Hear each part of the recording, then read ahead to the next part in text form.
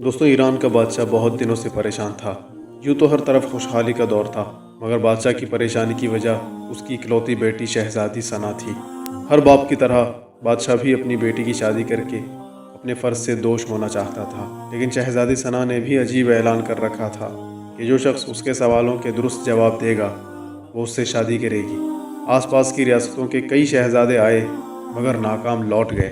उस मुल्क में नौजवान तालिब इल्म भी रहता था, उसका नाम आज़म था। उसने अपने वालिद से कहा कि वो भी अपनी किस्मत आजमाना चाहता है।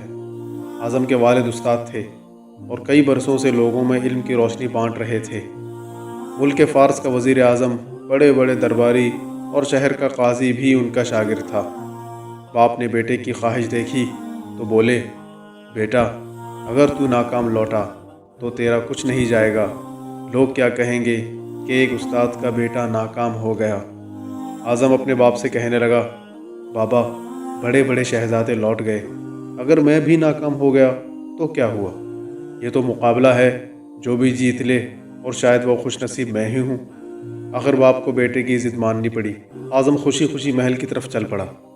शहर भर में ये खबर जंगल की आग की तरह फैल गई कि एक आलिम का बेटा किस्मत आजमाने महल चला आया है। मुकर्ररा वक्त पर महल लोगों से खचाखच भरा हुआ था। बादशाह तख्त पर बैठा था, मलिका आलिया भी महल में मौजूद थीं। वज़ीर, अमीर, दरबारी और अवाम उन्नास सब दरबार में मौजूद थे।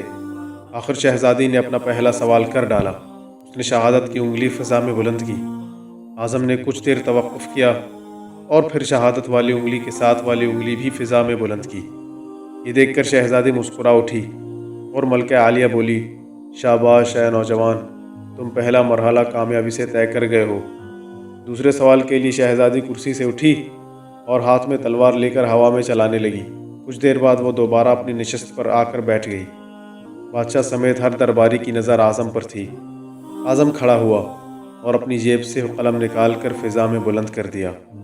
शाबाश है नौजवान, हम खुश हुए, ये जवाब भी दुरुस्त है। मलिका आलिया की आवाज़ दरबार में उभरी। उसी के साथ दरबार मुबारक हो की आवाज़ से गूंज उठा। दो सवालात क्या थे, उनके जवाबात क्या थे? अब हर शख्स इस पर गौर कर रहा था कि शहजादी ने क्या पूछा और आज़म ने क्या जवाब दिया। लोगों के लिए ये एक राज था। आखिर शहजादी ने तीसरा सवाल कर डाला। वो तेज़ी से सीढ़ियाँ उतरी और तेज़ी से सीढ़ियाँ चढ़कर दोबारा अपनी नशस्त पर बैठ गई। ये बड़ा अजीब व गरीब सवाल था। हर तरफ खामोशी थी, लोगों की सांसें रुकी हुई थीं। अब तो आज़म के हाथ पांव ठंडे हुए जा रहे थे। आखिर आज़म खड़ा हुआ और अपने दिल पर हाथ रखकर शहजादी की तरफ देखने लगा। मरहबा मरहबा ए नौजवान, मुबारक हो, शहजादी ने तुम्हें पसंद कर लिया है। मलिका आलिया की आवाज़ के साथ ही शहजादी सना शर्मा कर महल के अंदरूनी हिस्से में चली गई और महल मुबारकबाद की आवाज़ से गूंज उठा। लोग खुशी से झूम रहे थे। वो दिल ही दिल में अल्लाह का शुक्र अदा कर रहा था जिसने उसे ये एहसास बख्शा था। बादशाह ने आज़म से पूछा, ए नौजवान, मलिका आलिया को तो तुमने मुतमईन कर दिया, अब ये बताओ कि तुमसे क्या पूछा गया और तुमने क्या जवाब दिया? अगर तुमने एक भी गलत जवाब दिया तो तुम्हारी गर्दन मार दी जाएगी। आज़म पुरएतमाद अंदाज में खड़ा हुआ और बोला, बादशाह सलामत। शहजादी ने एक उंगली खड़ी करके पूछा था कि तुम क्या अल्लाह को एक मानते हो? मैंने दो उंगलियां खड़ी करके जवाब दिया कि अल्लाह और उसके रसूल सल्लल्लाहु अलैहि वसल्लम पर मेरा ईमान अटल है। बहुत खूब, हम खुश हुए, बादशाह ने मुस्कुरा कर कहा। आज़म बोला, उसके बाद शहजादी ने तलवार चलाकर पूछा था कि इससे बड़ा कोई हथियार है?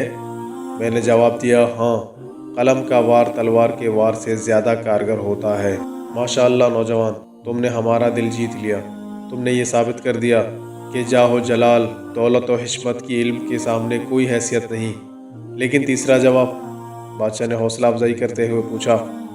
आज़म ने आसमान की तरफ देखा और कहने लगा, बादशाह सलामत।